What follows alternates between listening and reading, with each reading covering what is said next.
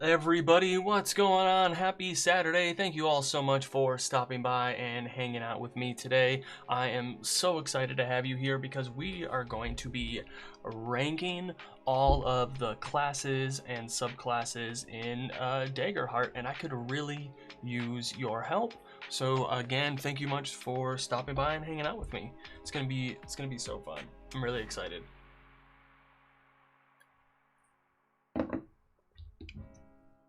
All right, let me make sure everything is going on. Everything's working well. Awesome. Looking good over here. Looking good over here. Sweet. Session prepping, awesome. Yeah, I got a session tomorrow. I'll be doing some prepping for that later. Please let me know if the music's too loud or too quiet.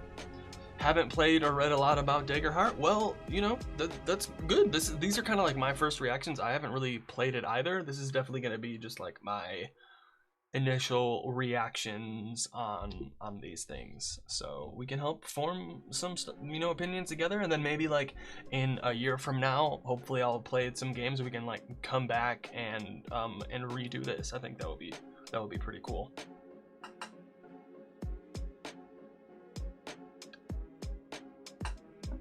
I think that would be pretty sweet. All right. So what do we got going on? Here we go. Yep, like I said, we got the ranking chart. I got all of the classes and subclasses here. So before we get started, just want to... everything looks good here. Cool. Hey everybody, what's going on? Alright, let's go. Daggerheart! Yo, just like the art, this art is so cool. Like, yo, this monster, I do not want to fight that guy. That looks, and, yeah, that's, yeah, don't want to fight any of these things. But the art's pretty cool. They did a really good job on the artwork here. Lots of people working on it. Just look at this. So good. And then I like how it spills over sometimes on the pages. Yeah, like here. There we go. Yeah, but let's get to the classes and start taking a look at them. Where do we go? Awesome. Bard. So the things with classes are, there's a couple of things we should look at. Is you get, that's the example character, is what happens is each class gets 2 different domains as the basis of the class abilities.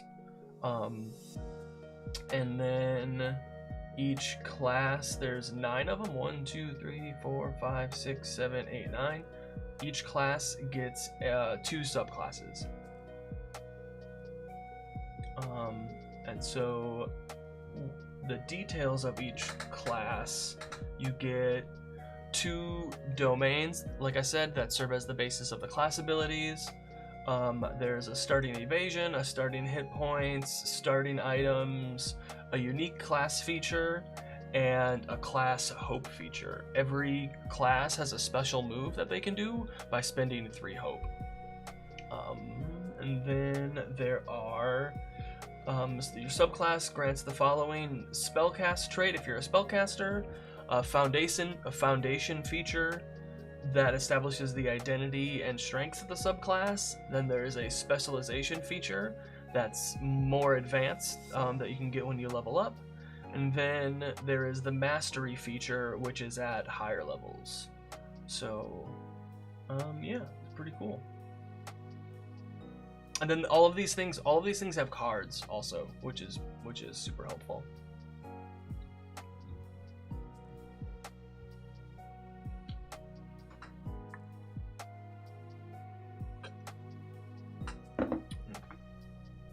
Okay, so for the first one is Bard.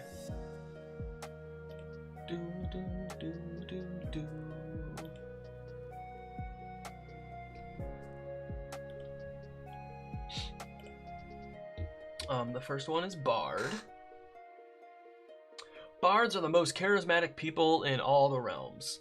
Members of this class are masters of captivation and specialize in a variety of performance types, including singing, playing musical instruments, weaving tales, or telling jokes.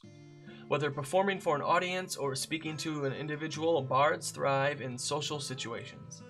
Members of this profession bond and train at schools or guilds, but a current of egotism runs through those of the bardic persuasion.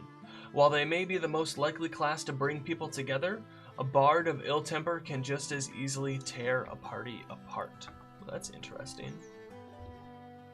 So, cool art. Like, just the art here is all over. Like, they did such a good job. Domains are grace and codex. So, like, charisma and knowledge is like what that tells me. Starting evasion score is 10. Starting hit points is 5. Oh my god, that's so low. Class items: a romance novel or a letter never opened. That's pretty cool and evocative. The Bard's Hope feature is spend 3 hope to temporarily distract a target within close range, giving them a -2 penalty to their difficulty. Ooh, that's pretty cool.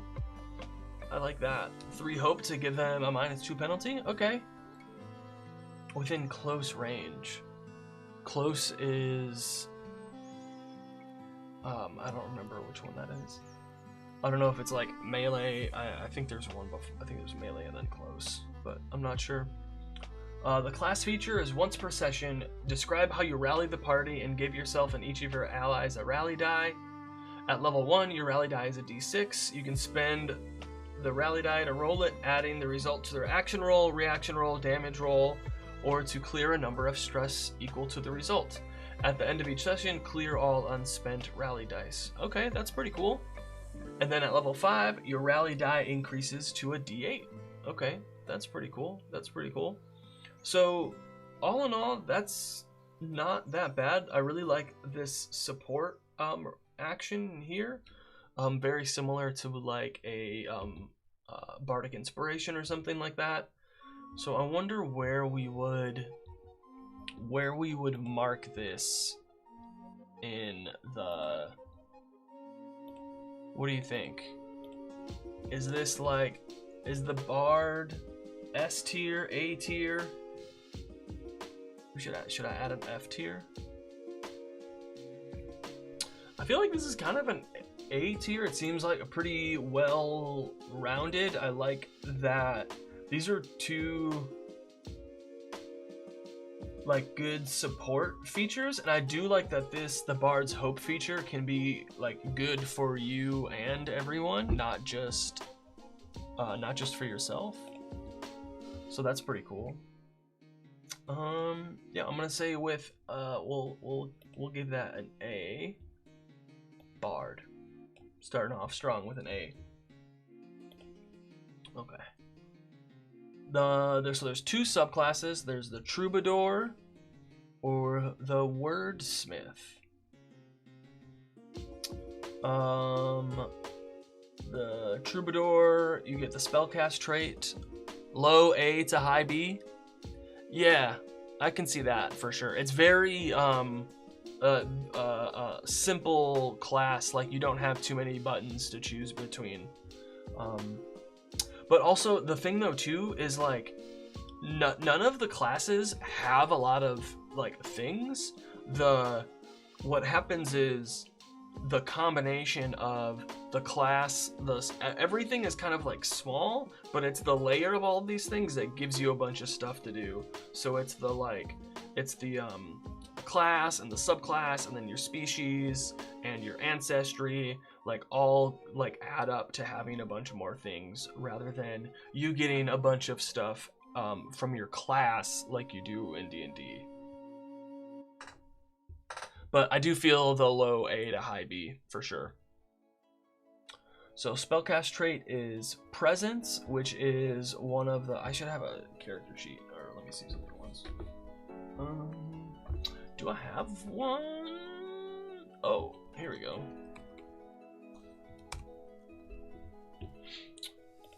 Doo-doo-doo-doo. Yeah. Yeah, no, totally, exactly. That's totally okay. Here's one I made recently.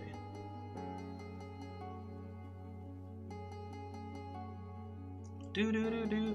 Alright. Yeah, here we go. No thanks.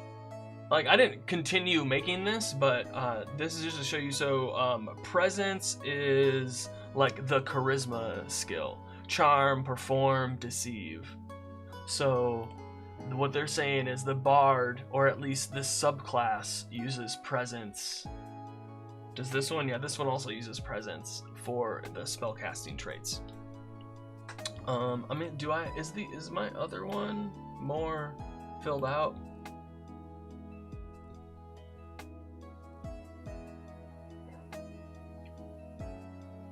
Yeah, this one's more filled out. So,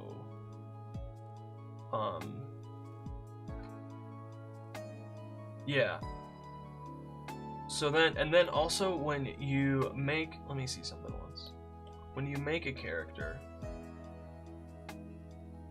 you choose your class, character about a subclass, so you get a subclass card, class feature, community, character traits.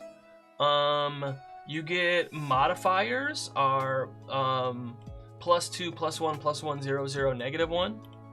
Is this wordless golden hour? It is, yes.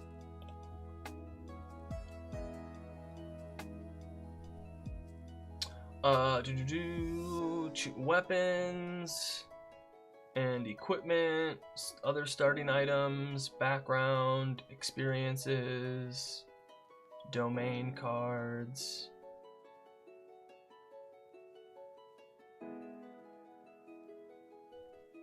And then the thing though too is, like I said, those 2 domains that each class has, when you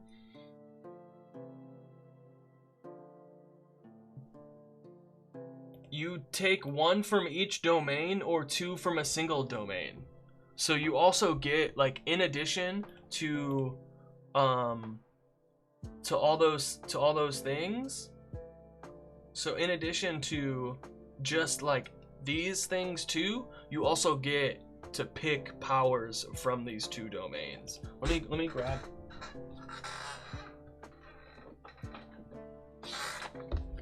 Let me see something once. Oh, you're on Instagram, right? So it has all these cards. Where is?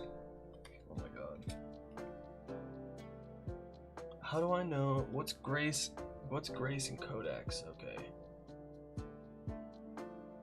Codex is the blue and Grace is the like pink. There we go. Yep. There's that. And then what's the Codex is like the blue book one? Came with so many cards. I love it.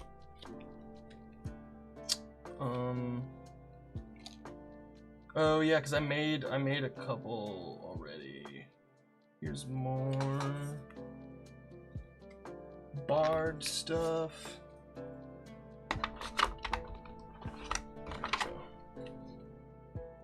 More wizard. Yeah, see all these things are. Come on, no. Oh.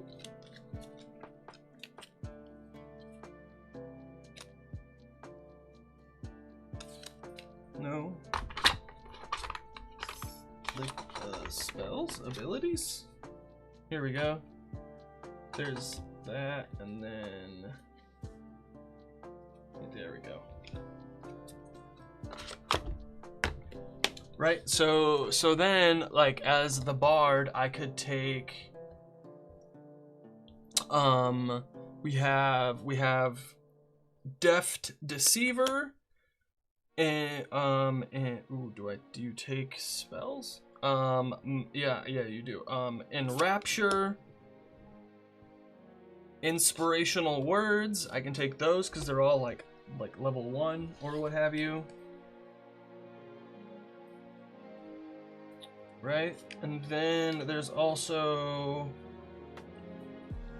right and codex. Yeah, so I could also take that one. There's no 2s.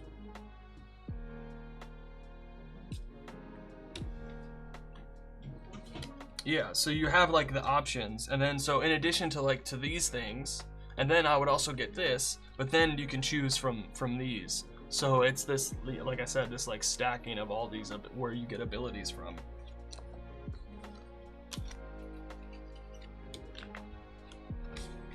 And then what's nice too is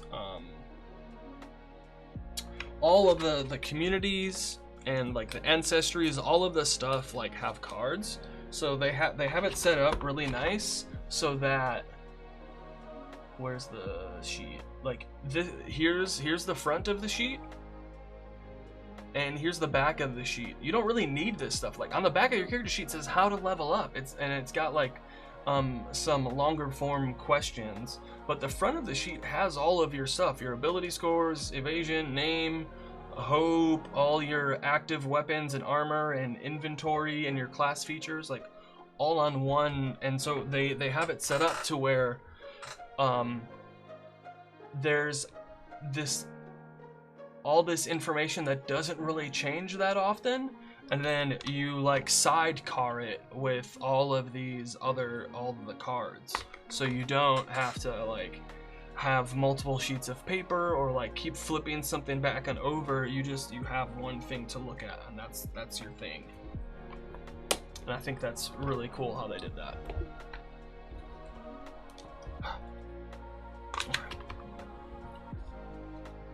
And then so like the wizard, we'll take a look at this later too, but like the wizard doesn't pick like single spells. You pick books, you pick grimoires, and it has 2 or 3 spells in it. And you can pick and so you get to pick 2 or 3 of these, you know? And so that's kind of nice that it's more than one like spell. There are single spells too, and those are like more powerful, but some of the lower level ones are like a grimoire. Like this one does Wild Flame, Magic Hand, and Mysterious Mist. It's pretty cool. All right. So back to the bard. Hope that all helped. There we go.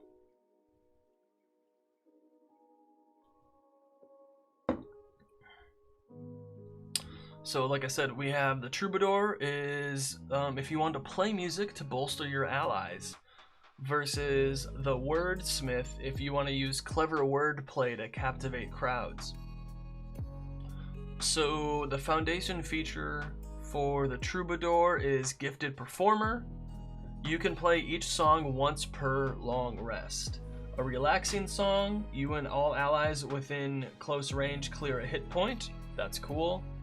Epic song, make a target within close range temporarily vulnerable. Ooh, that's pretty good. Heartbreaking song, you and all allies within close range gain a hope. Hey, that's pretty good. That's cool. Specialization feature, your rallying songs steal the courage of those who listen. When you give a rally die to an ally, they can gain a hope or clear a stress. Oh, that's nice. And then mastery feature, you are among the greatest of your craft and your skill is boundless. You can perform each of your gifted performer songs twice instead of once. Wow. That's pretty good. Okay. So then let's, how do we rank this one? Ooh, that's tough. That's gonna be tough. I feel like this might be another one of those like A- situations, you know? Well, what do you think?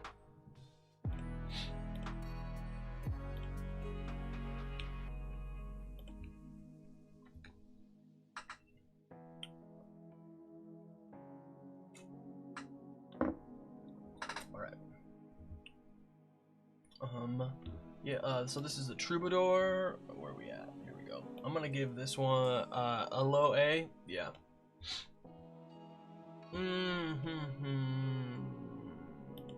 Yeah, we'll give it an A. A minus. You know what? Here's the thing. Hey, from Germany, you're about to start D&D. I wonder if you can recommend a book or an app. A dungeon master or a player?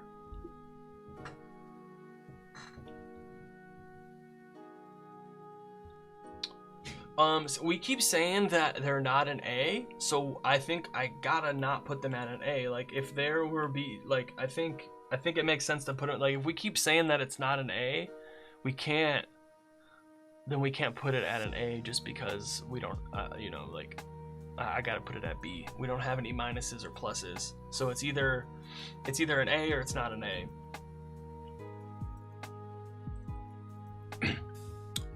But Moritz, yeah, I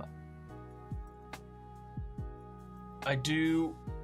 D&D Beyond is a really good book, or I mean app, to get information. The free rules on D&D Beyond is really helpful. However, yeah, I think I like to know GM or player. That's the thing, is like, if you were gonna be okay, so for both, definitely D&D Beyond. It's really helpful. Where are we at?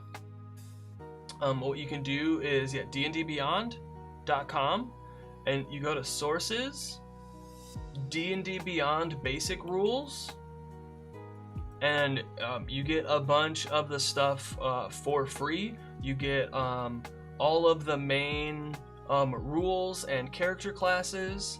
I think there's only one subclass for each class, and then a bunch of information for dungeon masters and a bunch of stuff for monsters.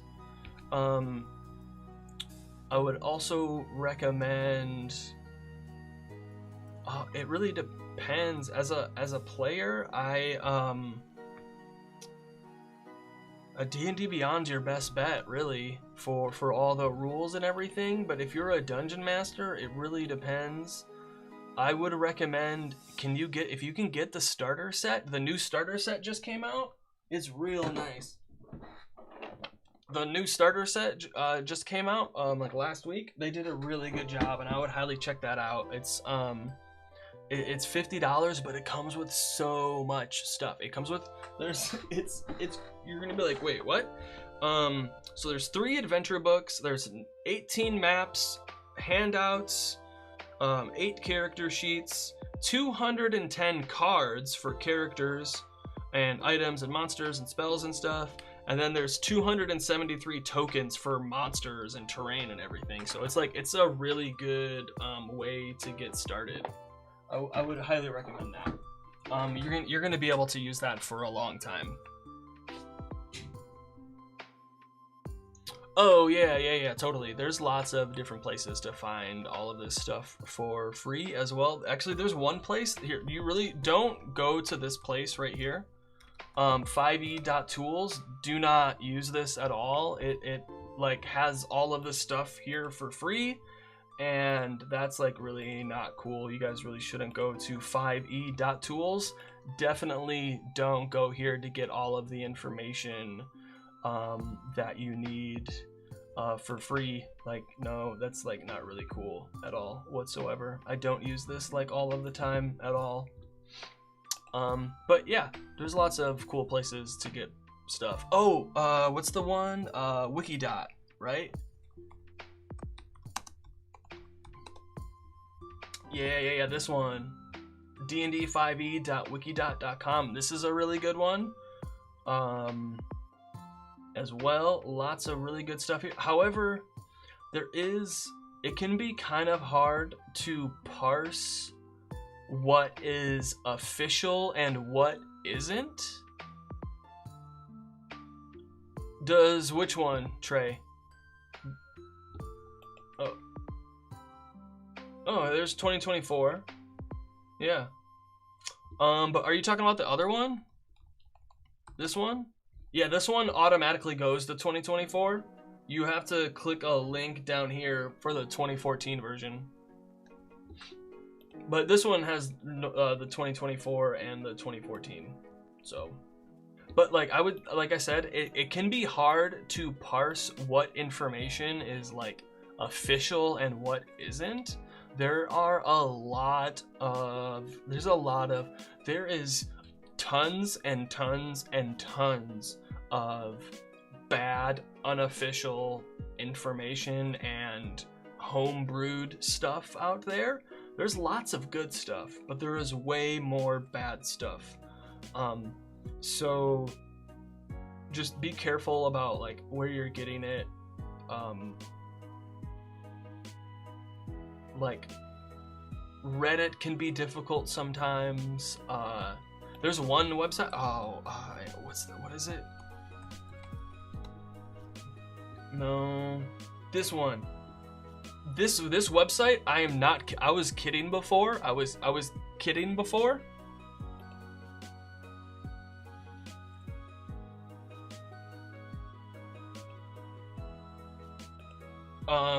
Let me see. Yeah. This one, I was kidding before about the other one. This one here, do not use this one at all whatsoever. There is so much bad stuff on here. This page was created by a user of D&D Wiki and it's not official content. Talk to your dungeon master before using it.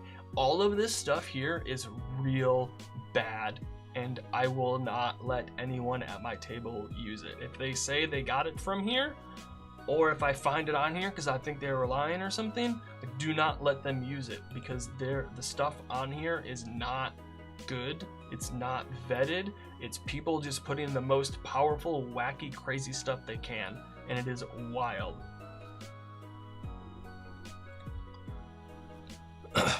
However,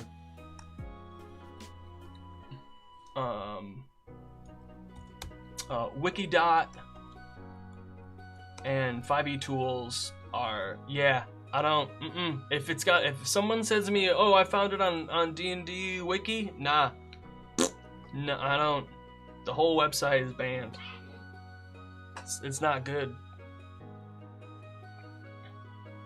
And like the stuff, and the thing though too is like, it also, they don't have anything that another website doesn't have. Like it has like, yeah, this is all homebrew stuff. It's not good. Like all it is like, even this, like you can get the system reference document from other places. Like that's not a problem. Like any of the official stuff that is on this website, you can get at other places. So there's no reason to use this website at all, because all of the other content is janky, bad, and not good.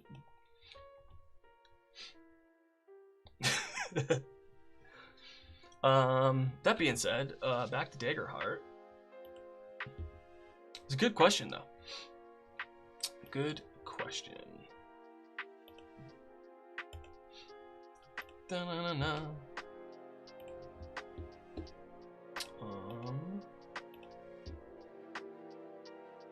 There we go. I hope that helped.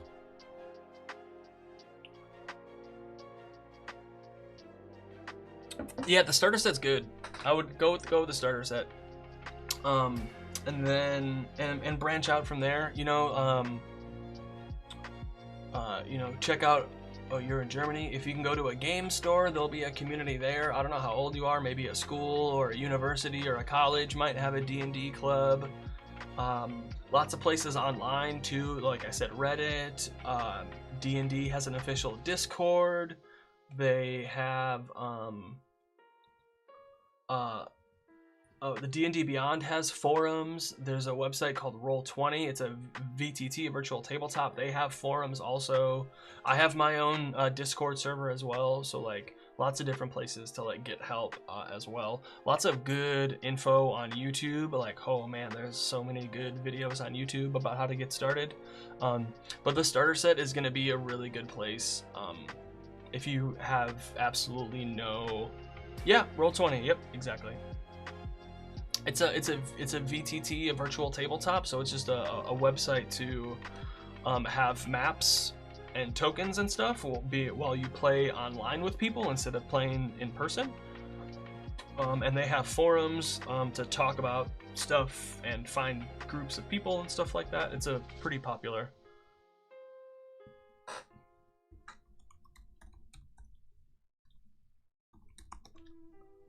Roll 20. Come on. Kentifer, I prefer what? You caught that, huh? My preferred is Owlbear Rodeo, cause it's pretty free. You can like it's free if you want to pay for it. It's like for more storage. But this is Owlbear Rodeo. Here's my current. I'm in a Spelljammer campaign, or I'm running a Spelljammer campaign right now. For my table. Here's like some current stuff we got going on. Yeah, I like Owlbear Rodeo a lot. It's super fun. And then so like I have I have the NPCs, like they're not even tokens. I took the art from the book and erased the background. For most of them. Yeah, they just fought this 100-foot long worm thing. Yeah, it was good times. Yeah, Owlbear Rodeo is awesome. I like it a lot. And it does the moving maps too. Let me see.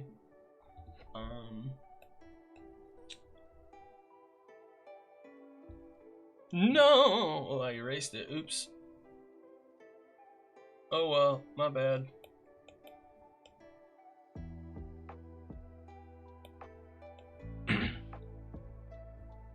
Yeah. Oh, Kenku FM is awesome too. Voting on best modules? No, we're voting on we're ranking the classes in Daggerheart. Yeah, no, Kenku FM is awesome. I use it also when I DM online for people.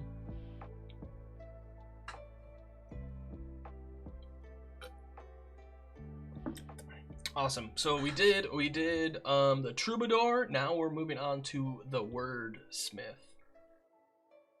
So the Wordsmith can its foundation feature is rousing speech once per long rest. You can give a heartfelt, inspiring speech. All allies within far range clear 2 stress. All allies. That's pretty cool. Heart of a Poet. After you make an action roll to impress, persuade, or offend someone, you can spend a hope to add a d4 to the roll. Okay, that's pretty cool. Specialization feature, Eloquent. Your moving words boost morale. Once per session, when you encourage an ally, you can do one of the things. Allow them to find a mundane object or tool they need. Help an ally without spending hope. Or give them an additional downtime move during their next rest. Once. Okay. And then Epic Poetry, your rally die increases to a D10. Whoa. What? And additionally, when you help an ally, you can narrate the moment as if you were writing the tale of their heroism in a memoir. When you do, roll a D10 as your advantage die. What? Huh. Oh! Wait. When you help an ally? Let's check out. S tier? Yeah? It's pretty good. I want to check out help an ally really quick.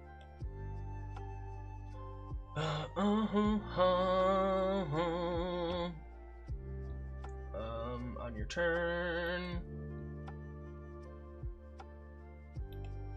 Using hope, help an ally. You can spend hope to help an ally.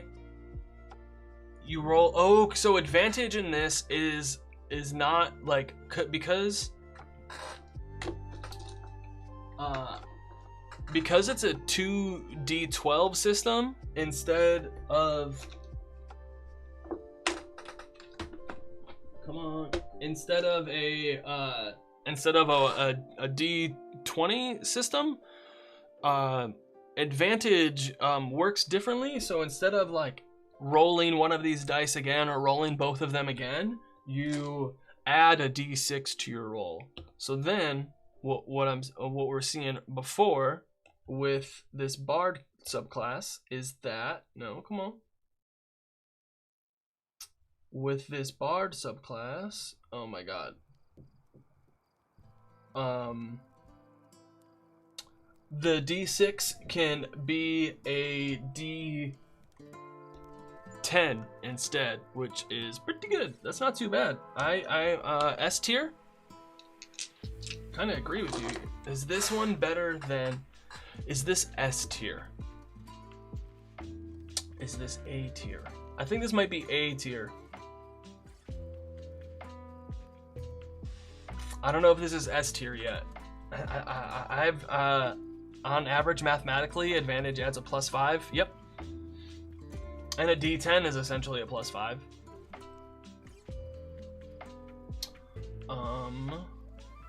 I'm gonna give this an A tier. Which one is this? This is the Wordsmith. Bum, bum. Here we go. A tier. Yeah. Sometimes instead of giving advantage, I'll just give like a +1 or a +2. You can just give out pluses or minuses whenever you want to, instead of advantage. Alright, next one we're going for is Druid. Becoming a Druid is more than an occupation. It's a calling for those who wish to learn from and protect the magic of the wilderness. While one might underestimate a gentle druid who practices the often quiet work of cultivating flora, druids who channel the untamed forces of nature are terrifying to behold. Druids cultivate their abilities in small groups, often connected by a specific ethos or locale, but some choose to work alone. Through years of study and dedication, druids can learn to transform into beasts and shape nature itself. That's pretty cool. So the domains here are, I prefer to let them re-add their mod depending on the check. Oh, double their modifier? That's cool. So like give them temporary expertise or something. Dun, dun, dun, dun. Okay, so we have Sage and Arcana is the domains. We have starting evasion at 10, 6 hit points. Class items, a small bag of rocks and bones, or a strange pendant found in the dirt. That's pretty cool. They're making druids nerds like wizards. I mean, they don't have Codex. Codex was the book one. So not really. And the spellcasting trait is instinct, rather than, let me see.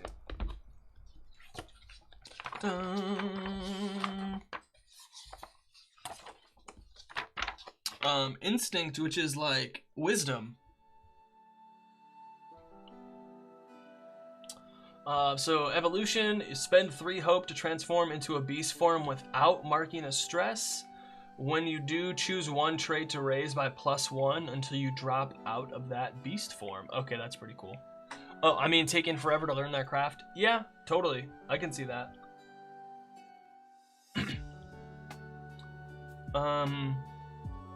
It didn't give that vibe before. Yeah, well, you know, also, they gotta kind of not be the same as D&D. They have to be different. It would be weird if everything was the same. And so we have Beast Form. Mark a stress to magically transform into a creature of your tier or lower. So there's 4 tiers. Tier 1 is level 1. Tier 2 is levels 2 through 4. Tier 3 is levels 5 through 7. And Tier 4 is levels 8 through 9. And so you can drop out of the form at any time. While transformed, you can't use weapons or cast spells, but you can still use other features or abilities. Dope, dope, dope. Wild touch. You can perform harmless, subtle effects that involve nature, such as causing a flower to rapidly grow, summoning a slight gust of wind, or starting a campfire at will. So like, what's going on here with here the beast form options? So there's like tier 1. So at level 1, you can, and it's not like specific things, they're like general things, so that you can like, so it's a little easier. You don't have to have 100 stat blocks. So druids are strong? Maybe. Doo-doo-doo.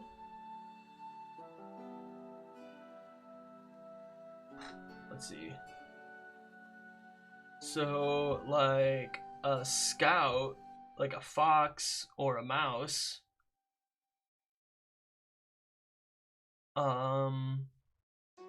when you take major or greater damage, you drop out of beast form. Yeah.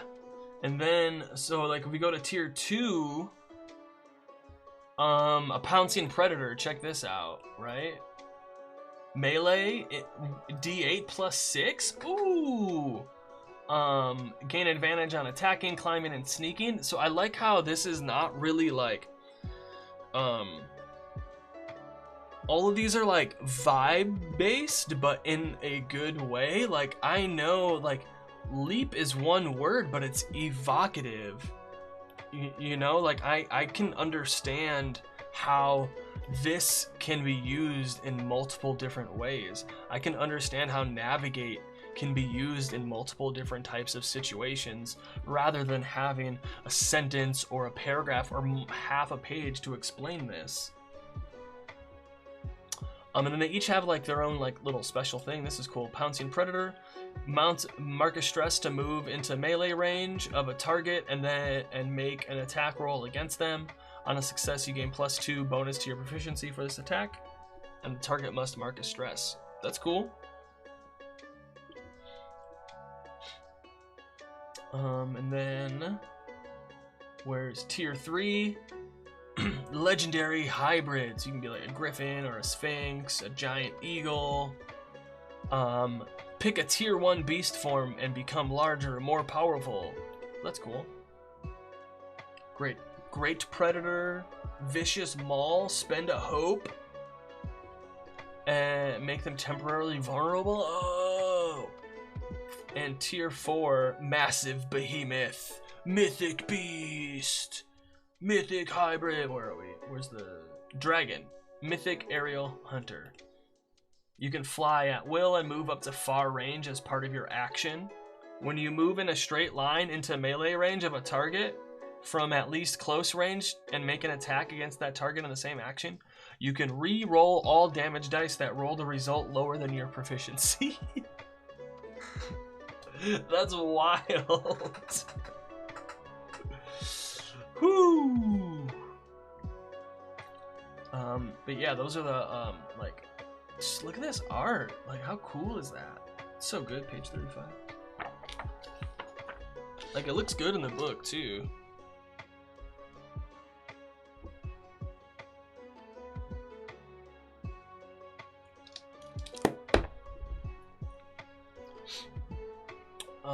Okay. Yeah. I think...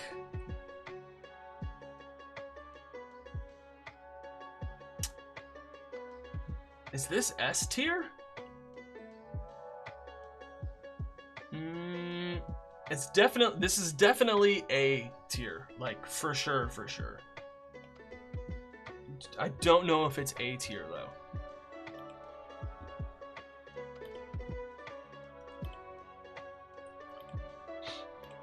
You know?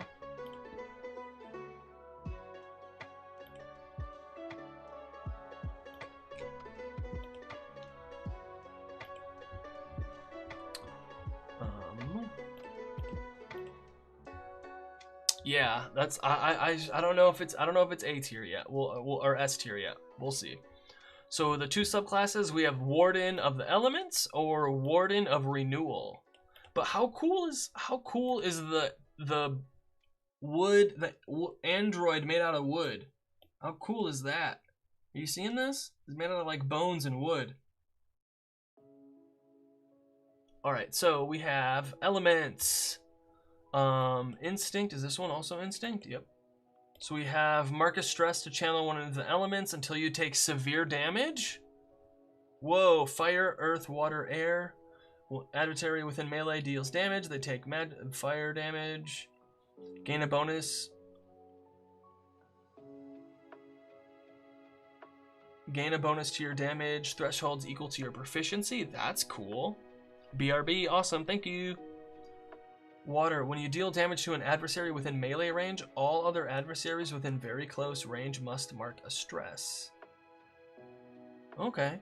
You can hover, gain an advantage on agility rolls? Yo, that's wild.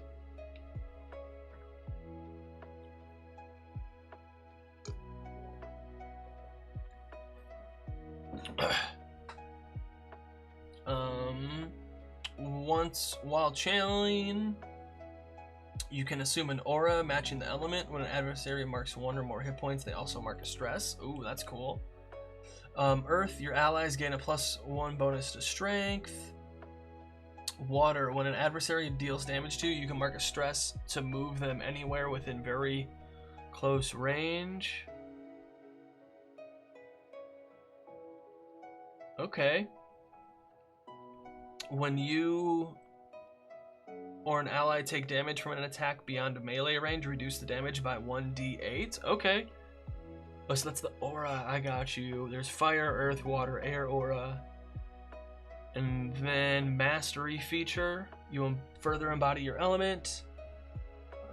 Fire, you gain +1 proficiency bonus. Earth, it's a D. When you would mark hit points, roll a d6. Per hit point marked for each result of 6, reduce the number of hit points you mark by 1. Whoa, that's pretty good. When an attack against you succeeds, you can mark a stress to make the attacker temporarily vulnerable.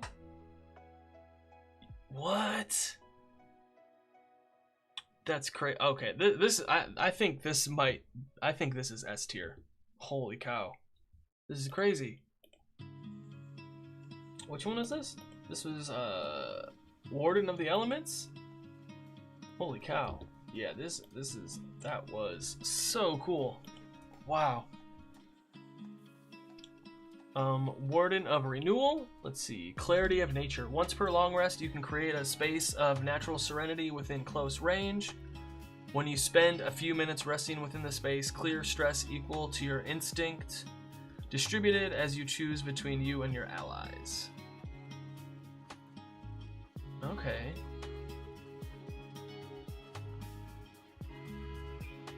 A few minutes. Okay, that's nice. Regeneration. Touch a creature and spend 3 hope. That creature clears 1d4 hit points. Oh wow, that's pretty good. Yeah, these druids and their vulnerabilities, yeah. Regenerative touch. You can target creatures within very close range with your regeneration features.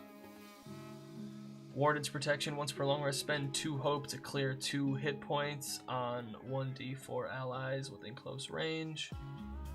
Mastery feature. Your animal transformation embodies a healing guardian spirit. When you're in beast form and an ally within close range marks 2 or more hit points, you can mark a stress to reduce the number of hit points they mark by 1. I don't know, man. This seems kind of womp womp compared to the other one. Is this also a B? Canes for dinner? Hell yeah, that's awesome. I just had tacos earlier. Because it's National Taco Day. So I had some tacos. It was great. I think this is a B. Warden of Renewal. I'm really not feeling this one at all. I can see like a C tier. It doesn't sound that bad. Like, I think somebody that wants to be a healer and also wild shape would enjoy this, but it's just not for me.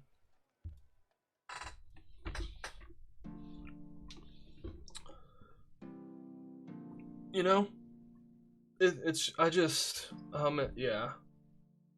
I can see people, because like the thing though too is like, what's nice is like this lasts for a while, you know, it's while you're transformed. But some of these other ones are just like a one and done, and that's not that appealing to me. People treat C tier bad. To me, C tier is average. Okay. Huh. Well,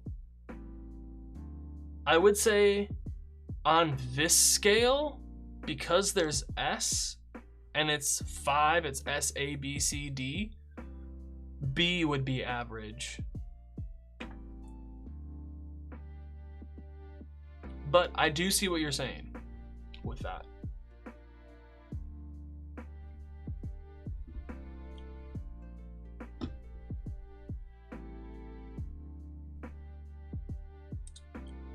Don't know. Oops.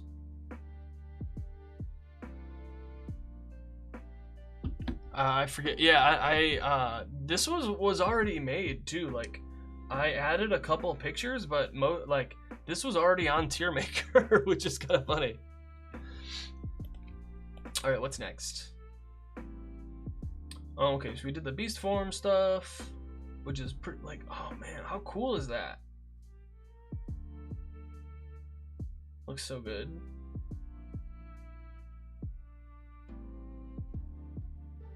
Man. Okay, Guardian. See, this is the fighter type class. See? But like the thing is, like, yo, they did all of it on one page. Okay, here we go.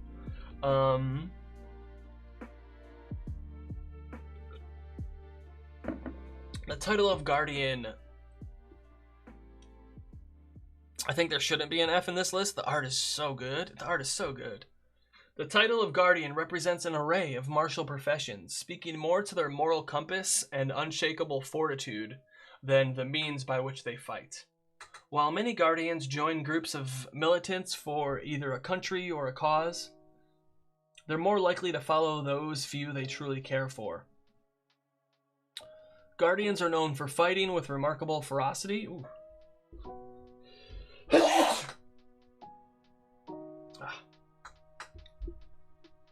Defending their cohort above all else. Woe betide those who harm the ally of a Guardian, as the Guardian will answer this injury in kind. So Valor and Blade are the dominions. Starting evasion is 10. Starting hit points is 7. Class items, a totem from your mentor or a secret key. Guardian's hope feature, spend 3 hope to clear 2 armor slots. Like, if you want a tank, that's awesome. Once per long rest, you can become unstoppable. Oh yeah, Moritz, you got it. Thank you so much. I appreciate that. Please find me on I'm everywhere: YouTube, Instagram, Threads. I got a Discord, lots of different places to find me. Please feel free to ask questions anytime. I love helping out. What else we got? So it's unstoppable. We have it. So it's a D4. It's on your character sheet with the 1. After you make a damage roll that deals 1 or more hit points to a target, increase the unstoppable die by 1. When the die's value exceeds its maximum, or the scene ends, you drop out of Unstoppable. At level 5, it becomes a D6. While unstoppable, you gain the following benefits. You reduce the severity of physical damage by 1 threshold. Ooh. You add the current value of the unstoppable die to your damage roll. You can't be restrained or vulnerable. That's pretty cool. I like that a lot. Okay. Ooh, that's tough. I think this might be A tier. Yeah.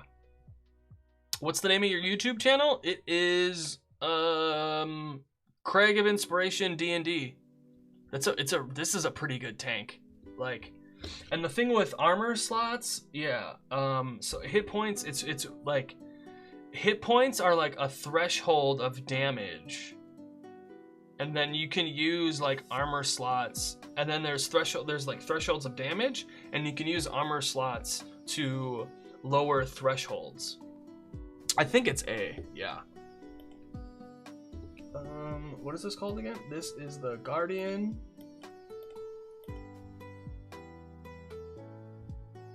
There we go. A tier for sure.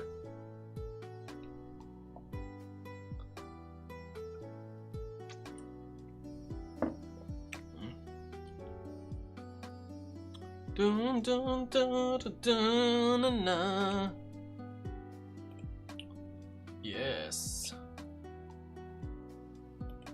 Where else?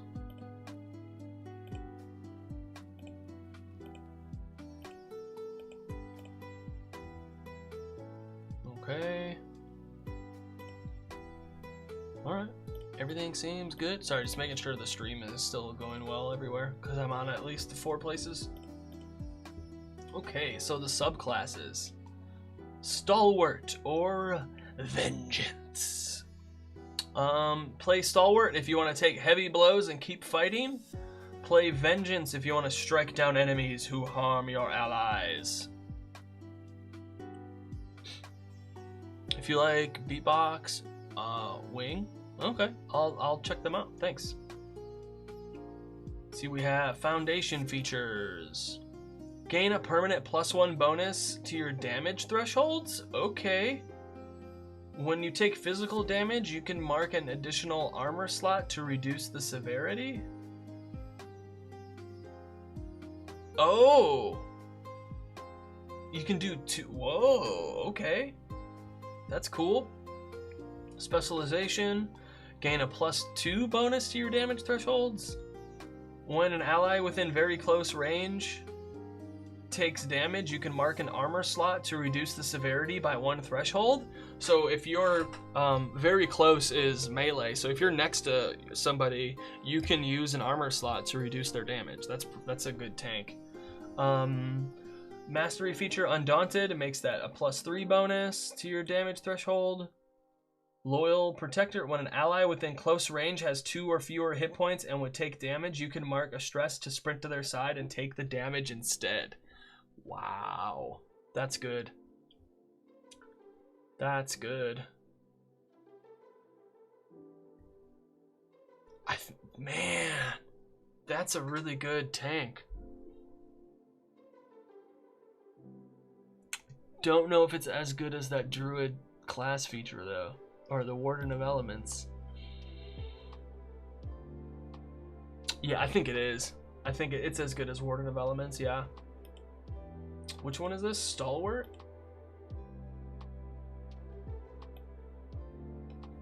Like, you want to play a fighting tank? That's your man right there, or woman. That's like, or whatever pronoun. That's the same role as Barb, I think. Yeah, it's pretty similar, just without the rage.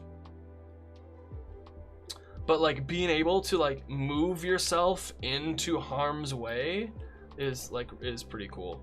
Essentially, like with this one and this one. Let's see. So Vengeance, foundation features, you gain an additional stress slot. When an adversary within melee range succeeds on an attack against you, you can mark 2 stress to force the attacker to mark a hit point. Okay. Active reprisal, when an adversary damages an ally within melee range, you gain a +1 bonus to your proficiency for the next successful attack you make against that adversary. For Gotham! Yeah, this totally feels like Batman. Yep. When an adversary damages an ally within melee range, you gain +1. Oh, cool. Hey, Sam Thompson, Bonsai, what's going on? Mastery features. Nemesis. Spend 2 hope to prioritize an adversary until your next rest. When you make an attack against your prioritized adversary, you can swap the results of your hope and fear die. You can only prioritize one adversary at a time. Whoa! So you could essentially turn a roll with fear into a roll with hope. That's cool. That's interessante. Okay. Hi, everybody. Okay, so that's, I would say, I think this might be A tier.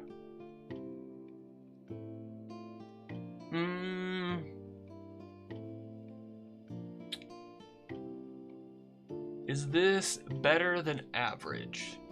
I think this might be average. But it does a really good job of capturing that feel. A or B? Yeah. I think it's average, and I don't mean that in a bad way.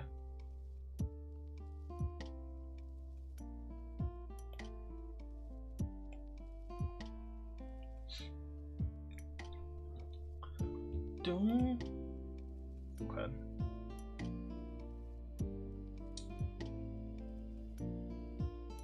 Ranger! Yo, check that out.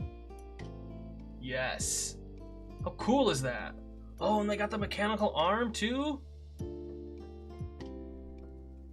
Yeah, I do too. It feels like it's in the same spot, yeah. Ugh.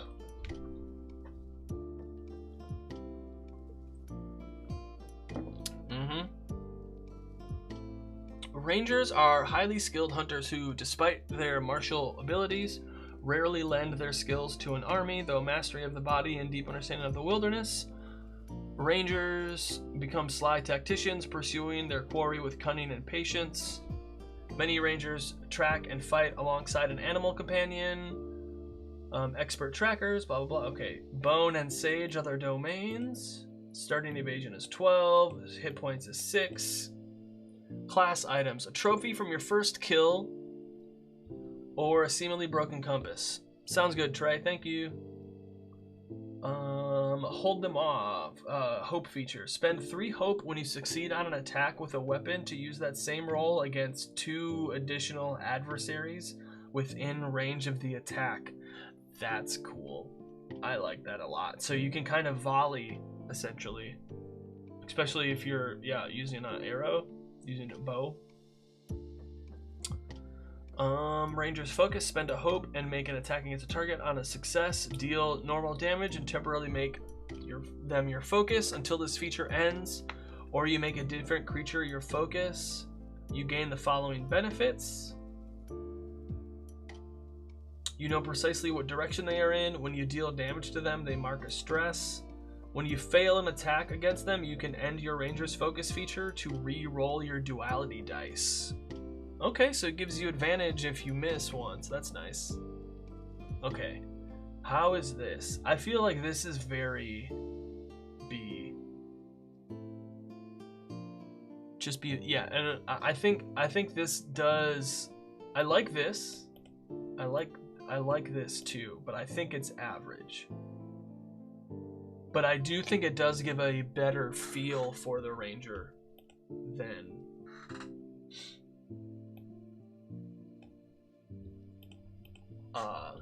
the D&D one. Okay, Beastbound. Play Beastbound if you want to form a deep bond with an animal ally. Play Wayfinder if you want to hunt your prey and strike with deadly force. Okay. Spellcast trait is agility, and agility for both of them. So Beastbound. You have an animal companion of your choice. At the GM's discretion, they stay by your side unless you tell them otherwise. Take the Ranger companion sheet when you level up. Your companion levels up also. Ranger companion. So yeah, they have stuff too. So they have things. They have stress and all these things, which is nice. They get experiences and evasion and all that stuff. It's another little mini character sheet for your thing. Specialization features. Choose an additional level up option for your companion. Ooh.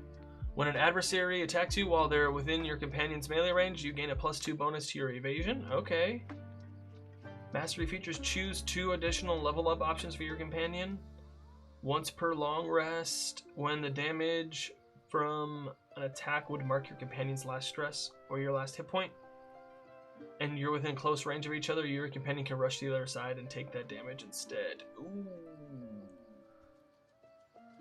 I think...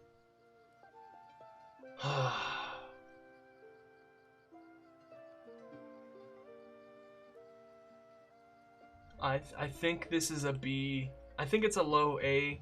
It's not an A though. That's the problem. What is it, Beast Bomb? It's still good though. I like it. It's just not. It's not the. Doesn't have that extra oomph that I'm looking for an A or an S tier. All right, Wayfinder, Ruthless Predator. When you make a damage roll, you can mark a stress to gain +1 bonus to your proficiency. Additionally, when you deal severe damage, they must mark a stress. Path forward, when you're traveling to a place you've been before, you can identify the shortest, most direct path. Specialization feature, when your focus makes an attack against you, you gain +2 bonus to your evasion. Okay.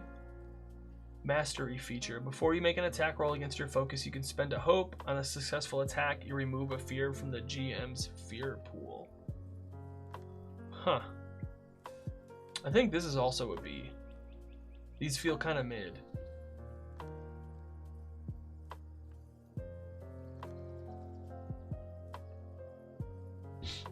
Alright. What is this? Wayfinder?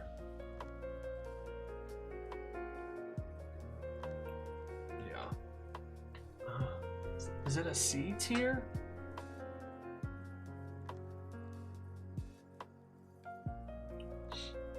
Because, like, I feel... How often are you going to do this later on? And how often is that going to, like, actually help? You know? Because I'm looking at these things. Like, this is definitely stuff that you're going to get. Mark a stress to get a +1 bonus? I guess.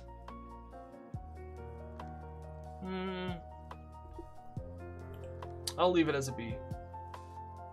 Okay, the companion. Doo-doo-doo-doo-doo-doo-doo.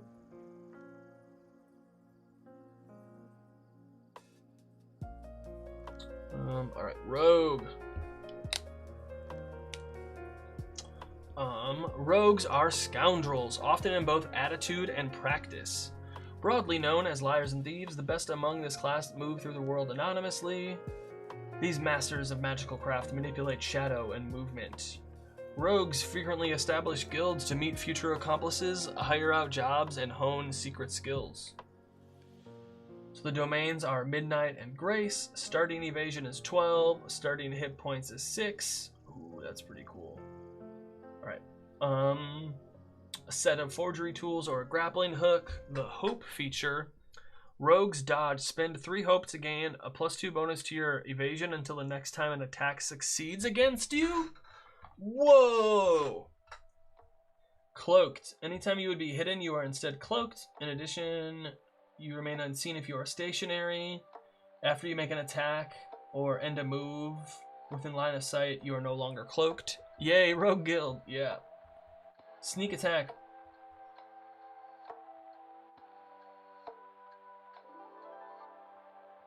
When you succeed on an attack while cloaked or while an ally is within melee range, add a number of d6s equal to your tier.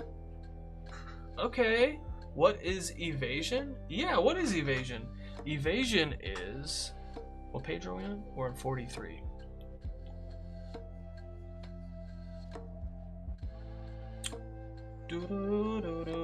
Evasion is... Represents... it's the difficulty for a roll. Dun dun dun.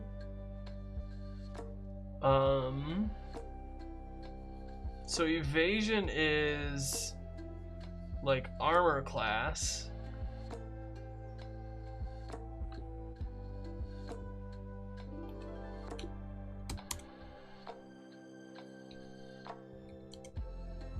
Yeah, exactly. It's kind of like that. And so what happens then is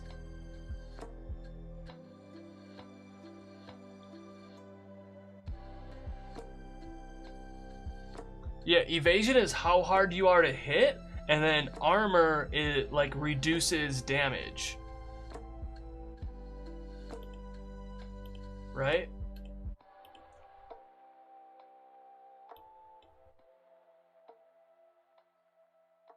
Bum bum bum. Reaction. Do do do. Armor. Base thresholds, base score. Yeah, but what does it mean though?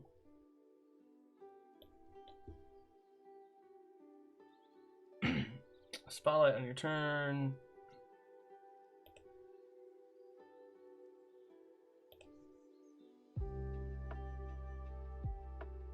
Clearing hit points, stress, action rolls. Duality dice.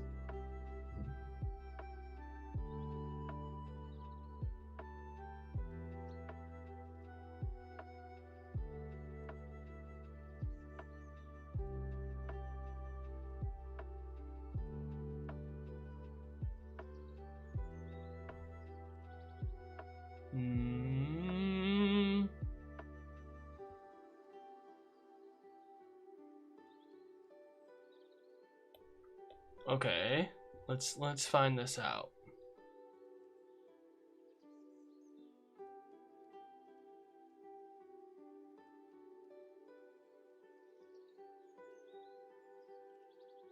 Equipment.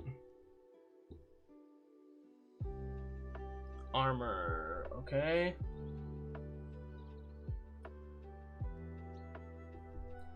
Burden, feature, damage.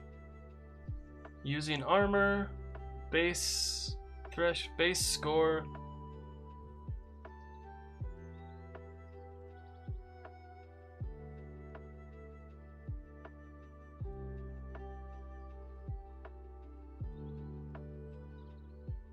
For example, if it with all bonuses it can never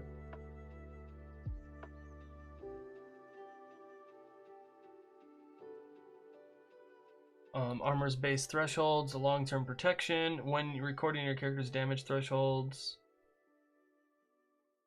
For example,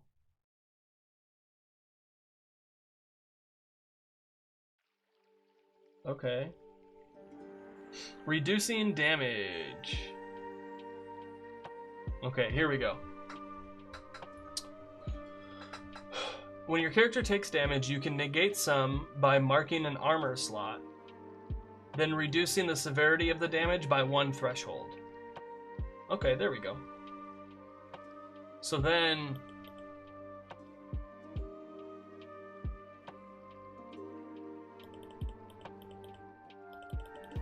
why do I have 6 armor slots?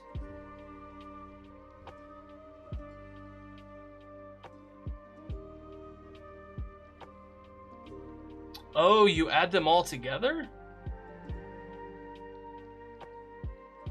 I'm confused.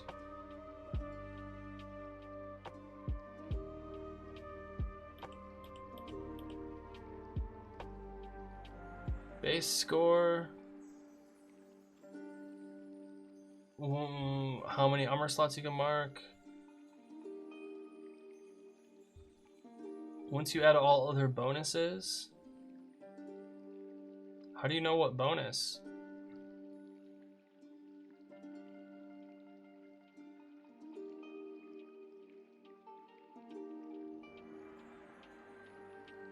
It's like Minecraft armor. Yeah.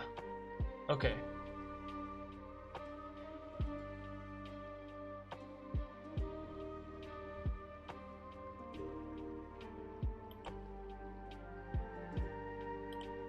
What?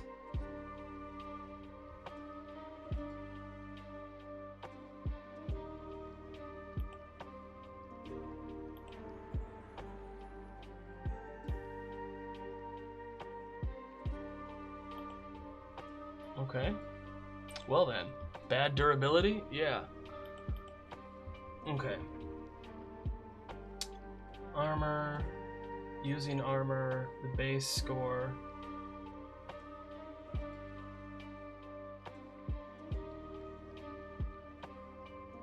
How do you increase the armor score?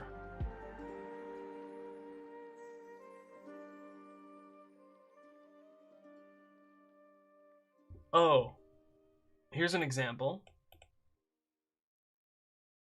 Miles's wizard rune gains a +2 bonus to his armor score until his next rest. So it goes from 3 to 5. Okay, got it. So it can just happen because of abilities or stuff like that. But like, why do I...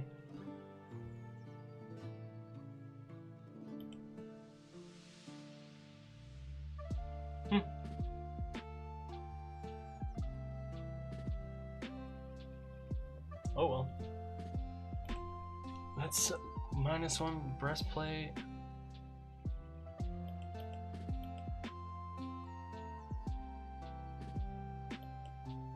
I don't know. Oh well.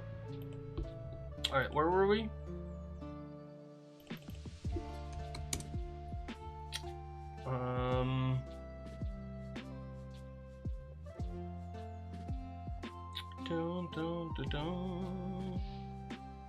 Oh, rogue. Okay, so how do we feel about this rogue? I think this is A tier. For sure. I think this is better than average. Yeah.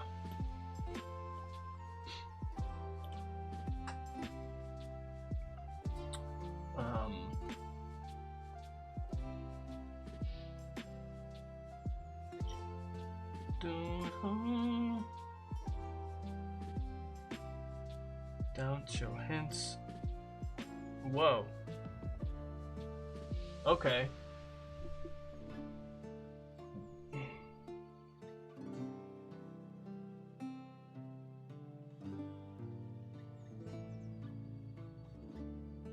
All right.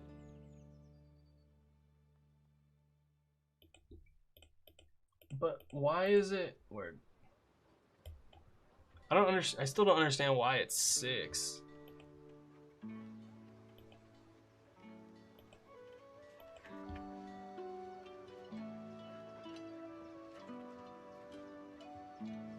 Agility's -1.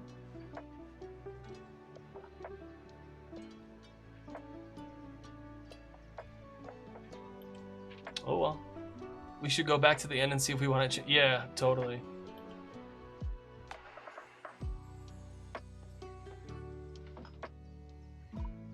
Dun, dun, dun, dun.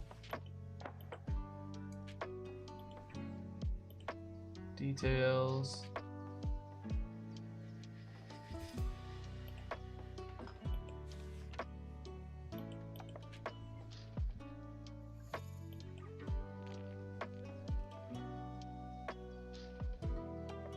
So do you just like get armor slots or something?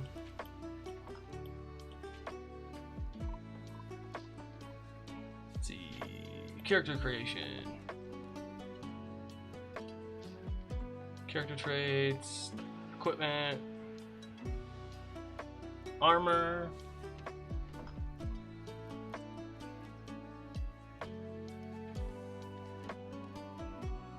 Okay.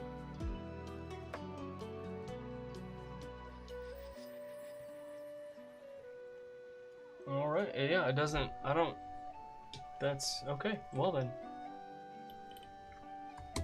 Cool.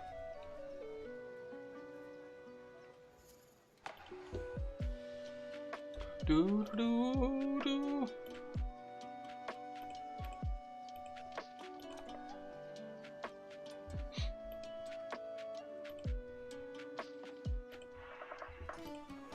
Alright, so let's see. Rogue subclass. Nightwalker or Syndicate? Finesse and both finesse. Okay. Shadow Stepper. You can move from shadow to shadow. When you move into an area of darkness or a shadow cast by another creature or object, you can mark a stress to disappear from where you are and reappear inside another shadow within far ranged. Okay. That's cool. Within far range, that's nice. Dark Cloud. Make a spellcast roll. On a success, create a temporary dark cloud that covers any area within close range. Anyone on this cloud can't see outside of it, and anyone outside can't see in. You're considered cloaks from any adversary for whom the cloud blocks line of sight. Adrenaline. While you're vulnerable, add your level to your damage rolls. Okay. Mastery features. Fleeting Shadow. Gain permanent +1 to your evasion. You can use Shadow Stepper to move within very far range. Whoa. Vanishing Act. Mark a stress to become cloaked at any time. When cloaked from this feature, you automatically clear restrained. Whoa. Okay. Is this A? I think this is a B for sure. This is very solid. Not B, A. This is a very solid A. The Nightwalker. Where do we go? Yeah. Definitely. But the Syndicate, let's see.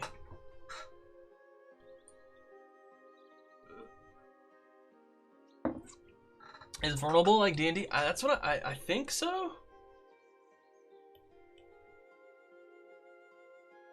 Let's see. Conditions.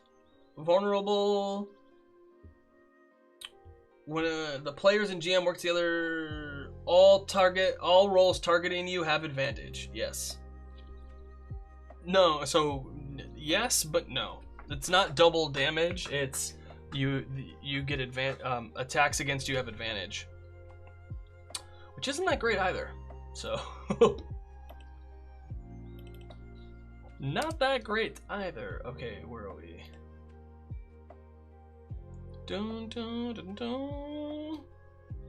dun. Play the Syndicate. Well connected. When you arrive in a prominent town or environment, you know somebody. They owe you a favor. Okay. Okay, that's a lot less broken than I thought. Yeah. Contacts everywhere. Once per session, you can briefly call on a shady contact. They provide a handful of gold, unique tool, or mundane object on your next action roll. Their help provides a +3 bonus to the result of your hope or fear die. The next time you deal damage, they snipe from the shadows, adding 2d8 to your damage roll. You can use your contacts everywhere 3 times per session. The following options are added. When you mark 1 or more hit points, they can rush out to shield you. When you make a presence roll in conversation, they back you up. The Syndicate RP is on top. The RP is nice, but I don't know, like, this feels not that great. Like, I don't, like, I could see this very easily, like, not being used often. However, these are going to be used all the time. Does that make it S tier? Man.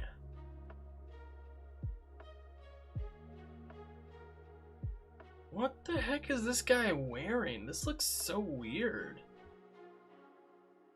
And people got on D&D for AI stuff. Kind of feels weak. Yeah, I know.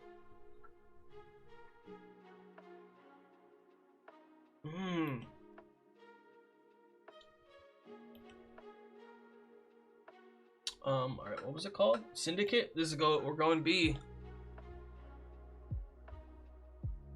Let's see, do I want to change any of these yet? No, I don't think so.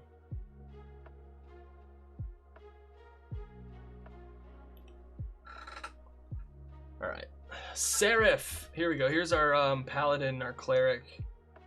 Seraphs are divine fighters and healers. A wide array of deities exist in the realms. Their ethos traditionally aligns with the domains or goals of their god. Some seraphs ally themselves with an army or a locale.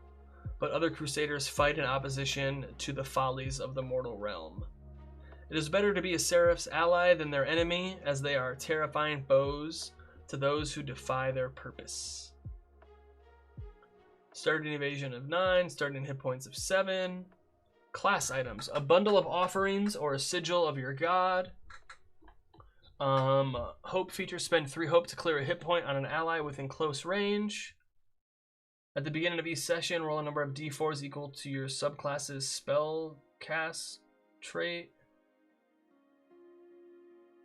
and place them on your character sheet. The space provided. These are your prayer dice. You can spend any number of prayer dice to aid yourself or an ally within far range. You can use the spent die's value to reduce incoming damage, add to a roll's result, or gain hope equal to the result. At the end of each session, clear all unspent prayer dice. So, it's only like 1 or 2, right? Because it's strength. Can you have a +3? Oh, you can increase your scores later on. I think it goes to a +5. Huh.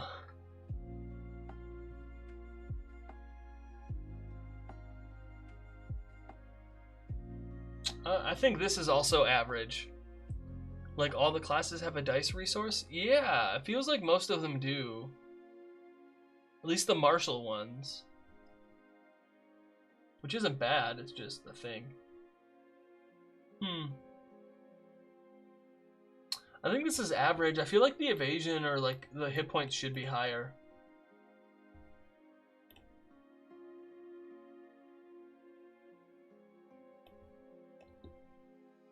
I don't know.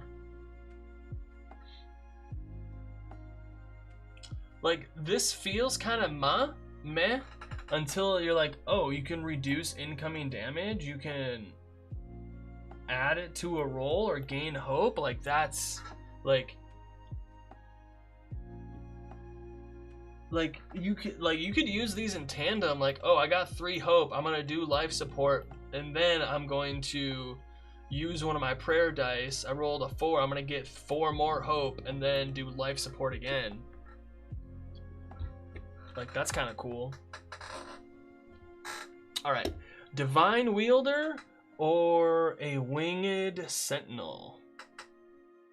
Let's see, foundation features: spirit weapon. When you have an equipped weapon with a range of melee or very close, it can fly from your hand to attack an adversary within close range and then return to you. You can mark a stress to target an additional adversary. All right. That's cool. Sparing touch. Once per long rest, touch a creature and clear 2 hit points or 2 stress. As a person who loves paladins, I feel a little disappointed. Yeah, I feel it. Specialization feature. When you roll your prayer dice, you can roll an additional die and discard the lowest result. Okay. Additionally, you can use your sparing touch feature twice instead of once. Okay.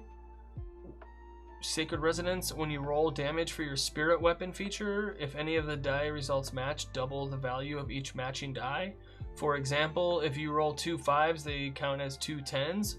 Whoa.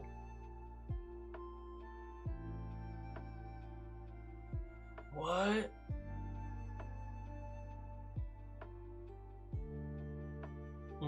Okay. Bro, that throw weapon, it's totally Thor. Absolutely. I don't understand this.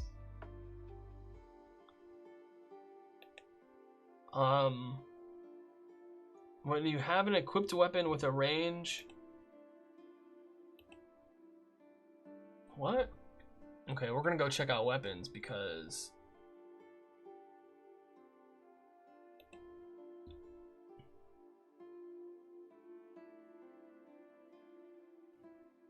Okay. So say there's like a spear or a mace. None of them are...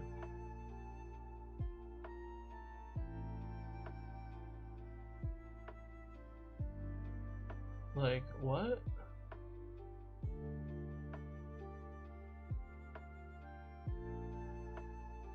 Okay. I don't understand. Hammer! When you roll damage for your spirit weapon feature, if any of the die results.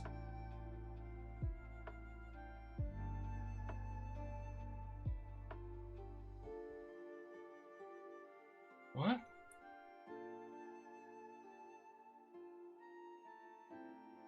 I kind of just want to straight up make Thor. Yeah, no, this I do too.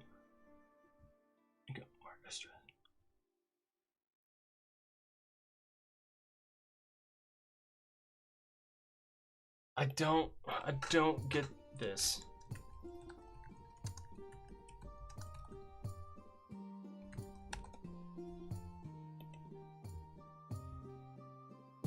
Say, no weapons seem to use multiple dice. Yeah, I don't get that.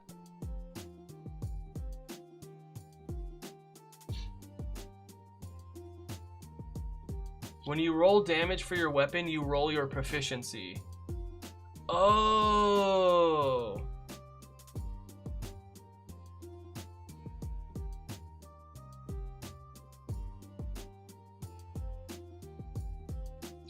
Oh, I didn't know that. That's cool. So as you level up, you roll more damage. That's super cool. What website are you using to look at the Daggerheart stuff? So this is the PDF that I have. This is Demiplane. This is Demiplane is. Can I just go to the main website? They have more. They have D&D, but they also have Daggerheart, Pathfinder, Marvel, Cosmere, Cyberpunk, Vampire, Starfinder. There's a bunch of different games in here. But this is the PDF.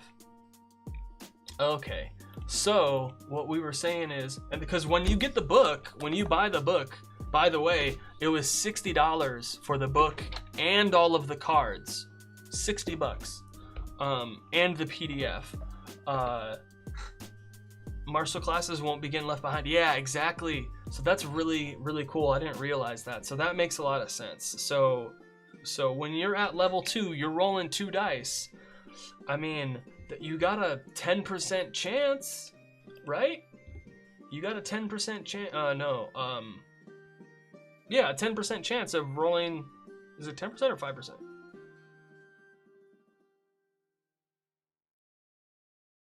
5% chance? Something like that. Of rolling 2 of the same number. So that's pretty good. Not too bad. I mean, and that's at a D10. If you have like a D8 or a D6, it's even higher. But okay. Yeah, 5 exactly. So I want to put is this an A tier or S tier? Have we given anything an S tier? We have. This is as good as the Stalwart for sure. The Seraph subclass, we're going S tier. I know that sounds crazy. We're taking it up. We're taking Seraph. I mean, the Divine Wielder. Oops. No, this is going there. Where's Divine Wielder? There we go. That's S tier. Like, just this by itself is kind of meh, but these two together, oh boy. Yeah. So that's why I really like the Path of the Giant subclass for the Barbarian in D&D. I like that one a lot. For the Thor reason right there. You can fly. Can mark a stress to pick up and carry someone. Spend a hope to deal extra damage. Okay. While flying, you have an advantage on presence rolls. When you succeed with hope, you can remove a fear. Ascendant, gain a permanent +4 bonus to your severe damage threshold. Wow. While flying, you deal an extra 1d12 damage instead of 1d8. Okay, this is. I think this is a C tier. I don't like this at all. I think it does give the vibes of a winged creature, but like that's it. Yeah, you have wings. Yay. Like, I don't see any of this other stuff as, like, a lot. That's just me. Sorcerer. Not all innate magic users choose to hone their craft, but those who do can become powerful sorcerers. The gifts of these wielders are passed down through families, even if the family is unaware of or reluctant to practice them. A sorcerer's abilities can range from elemental to the illusory. Many practitioners band together into collectives. The magic of a misguided or undisciplined sorcerer is a dangerous force indeed. So we have Arcana and Midnight. Starting evasion is 10. Starting hit points is 6. Class items, a whispering orb or a family heirloom. Sorcerer's Hope feature. Spend 3 hope to reroll any number of your damage dice on an attack that deals magic damage. Arcane Sense. You can sense the presence of magical people and objects within close range. Minor Illusion. Create a minor visual illusion within close range. Channel Raw Power. Once per long rest, you can place a domain card from your loadout into your vault and choose... Ooh. So you can, like... Because later on, as you level up, you get more of those cards, but you can only have so many cards active at once. So this lets you take some of those out and gain resources from them. So that's kind of cool. All right. I think this is A tier. Lots of cool things you can do, and they're like pretty awesome. Like the illusion, sensing magical stuff, re-roll damage dice. Like that's really cool. A tier.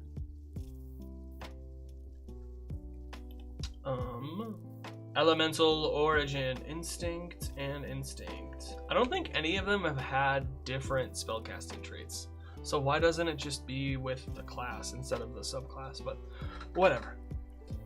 Choose one of the following elements. You can shape this element into harmless effects, spend a hope to describe how you control it, and gain a +2 bonus to the roll or a +3 bonus to the roll's damage. Okay, that's cool. Natural evasion, you can call forth your element to protect you from harm.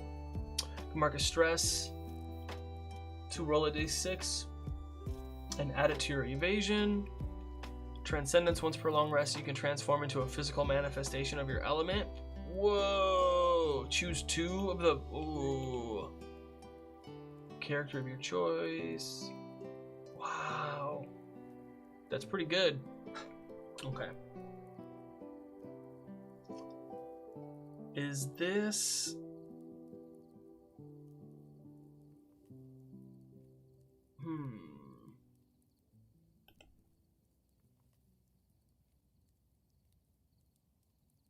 Dun dun dun dun dun. Huh. Oh, natural evasion. You can call forth your own. Yeah, I don't know. Is this a...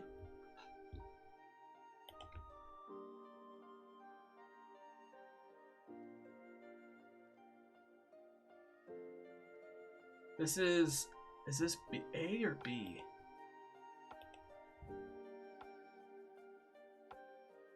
I think this is B. It's good, but I think it's also average. Primal Origin. Manipulate magic. Your Primal Origin allows you to modify the essence of magic itself after you cast a spell or make an attack. You can mark a stress to extend the spell or attack's reach by 1 range. Gain +2 bonus to the action roll. Double the damage die of your choice, or hit an additional target. Ooh. Whoa. Specialization feature. You can enhance the magic of others with your essence. You can roll a d8 as your advantage die. Oh. Once per long rest, after an ally has made a spellcast roll with your help, you can swap the results of their duality dice. Wow. You gain magical energy. You can spend 2 hope to become charged.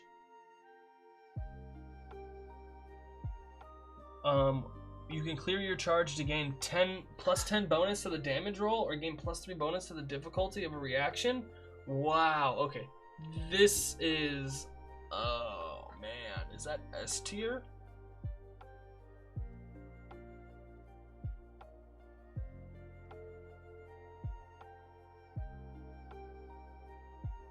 Yeah, this might be S tier. That's super cool. That's wild. Warrior.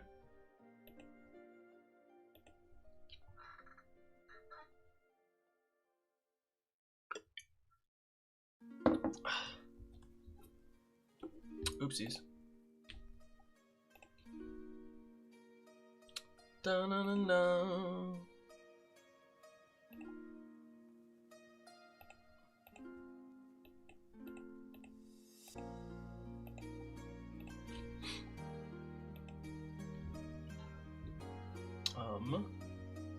Warrior. Becoming a warrior requires years, often a lifetime of training and dedication to the mastery of weapons and violence. While many who seek to fight hone only their strength, warriors understand the importance of an agile body and mind, making them some of the most sought-after fighters across the realms. Warriors are known to have a favored weapon. To come between them and their blade would be a grievous mistake. Alright, so we have Blade and Bone. Starting evasion is 11. Starting hit points is 6. Class items, the drawing of a lover or a sharpening stone. Can't they do both? Warrior's Hope feature. Spend 3 hope to gain plus 1 bonus to your attack rolls until your next rest. Okay. That's pretty good.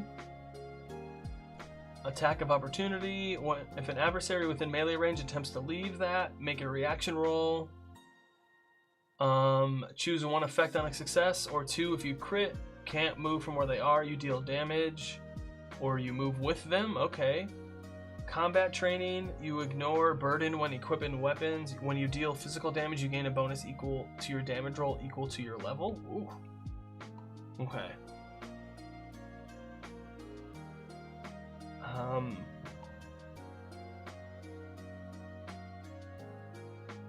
I think this is a solid B. I think...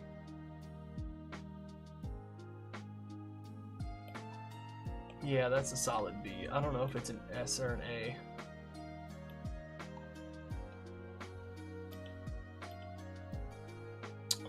Alright. Call of the Brave. Courage. When you fail a roll with fear, you gain hope. Once per long rest before you attempt something incredibly dangerous or face off against a foe, you describe the ritual you perform. When you do so, clear 2 stress and gain 2 hope. Okay. Rise to the challenge. You are vigilant in the face of mounting danger. When you have 2 or fewer hit points unmarked, you can roll a d20 as your hope die. Whoa. Hold on a second.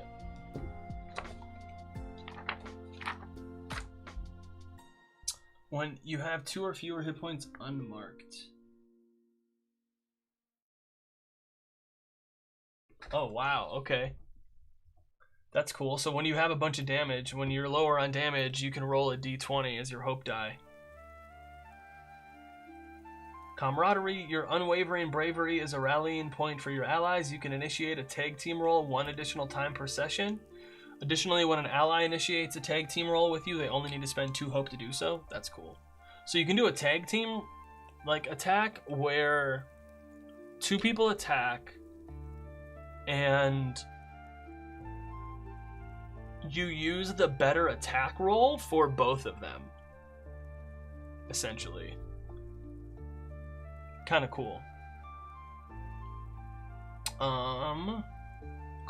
So what is this? Is this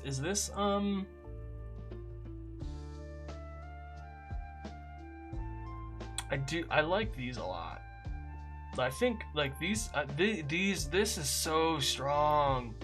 This courage and this rise to the challenge are very. This is A. Right? Call of the Brave? Yeah.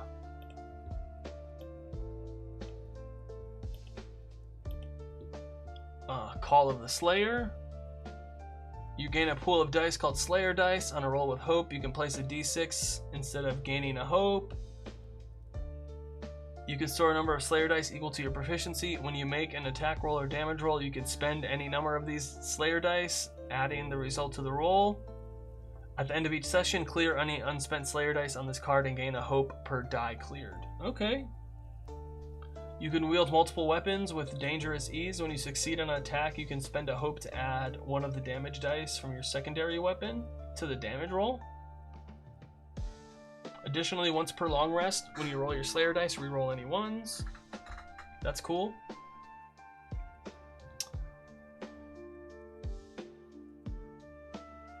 Ooh. Your martial preparation. You're an inspirational warrior to all who travel with you. Your party gains access to the martial preparation downtime move. To use this move during a rest, describe how you instruct and train with your party. You and each ally who chooses this downtime move gain a d6 Slayer die. A PC with a Slayer die can spend its roll die, blah, blah, blah. Okay.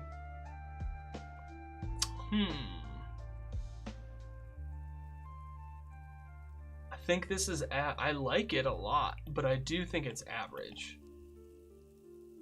I think this is one of those things where some of your other abilities and features will help a lot. Call of the Slayer. Getting closer, we're on the last one. Ooh, the orc with dreads, nice. Wizard. Whether through an institution or individual study, those known as wizards acquire and hone immense magical power over years of learning. Some wizards dedicate their lives to mastering a particular school of magic, while others learn from a wide variety of disciplines. While these mages all work toward the common goal, wizards often have the most conflict within their own ranks. So they have Codex and Splendor. Starting evasion is 11. Starting hit points is 5. Oh, nothing. Class items, a book you're trying to translate, or a tiny, harmless elemental pet. Wizard's Hope feature, not this time. Spend 3 hope to force an adversary within far range to re-roll an attack or damage roll. Ooh, prestidigitation, harmless subtle magic effects at will. Strange patterns, choose a number between 1 and 12. When you roll that number on a duality die, gain a hope or clear a stress. Okay. Dang. This is an A for sure. Like, these are very powerful. This is re-roll an attack? Like, and you can gain a hope just by rolling a number? Come on. Okay, School of Knowledge. Knowledge and knowledge. Yeah, why did it... That's so weird. Oh well. Foundation features. Take an additional domain card of your level or lower. That's good. Adept. When you utilize an experience, you can mark a stress instead of spending a hope. If you do, double your experience modifier. That's cool. Accomplished. Take an additional domain card of your level or lower from a domain you have access to. Perfect recall. Once per rest, you can recall a domain card in your vault. You can reduce its recall cost by 1.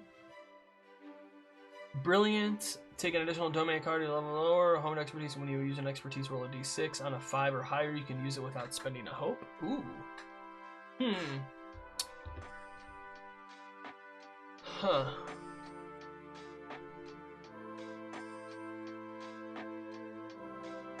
I don't think it's S tier. I don't think it's A tier either. I'm glad to see lots of stuff is average. I'm enjoying that. Okay. Then School of War.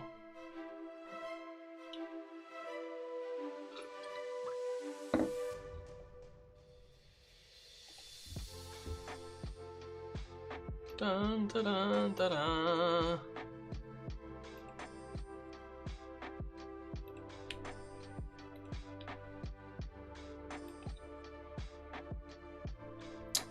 All right. School of War. Hey, Patches, what's going on? We're just reviewing Daggerheart classes and subclasses. Battle Mage. You focus your studies on becoming an uncomparable force on the battlefield. Gain an additional hit point slot. Oh. Face your fear. When you succeed with fear on an attack roll, you deal an extra 1d10 magic damage. You can maintain a protective barrier of magic when you have at least 2 hope. Add your proficiency to your evasion. Whoa. The extra magic damage increases by 2d10. What? When you succeed on an attack, you can mark a stress after rolling damage to force an additional hit point. Ooh. Wow. Okay. Man, I said that one was... This is A tier. That is good. If you're in a fighting campaign, this is excellent. Holy cow. And look at that art, it's so good. And that's all the classes and subclasses, people. We got them all ranked. I should download this. Download image. No thanks. Cool.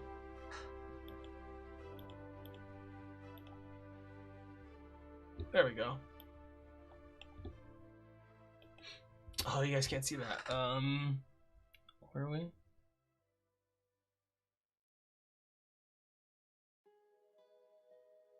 No. Oh well. Yeah, thanks everyone for stopping by and hanging out today. I really appreciate it. Let's see, who should we... I need to find somebody to raid out to. Anybody on right now? Oh, Another World, Vampire, Dice and Autism, Captain Robert, Matt Colville, Daniel the DM is playing Ghost of Yotai. Let's support Daniel.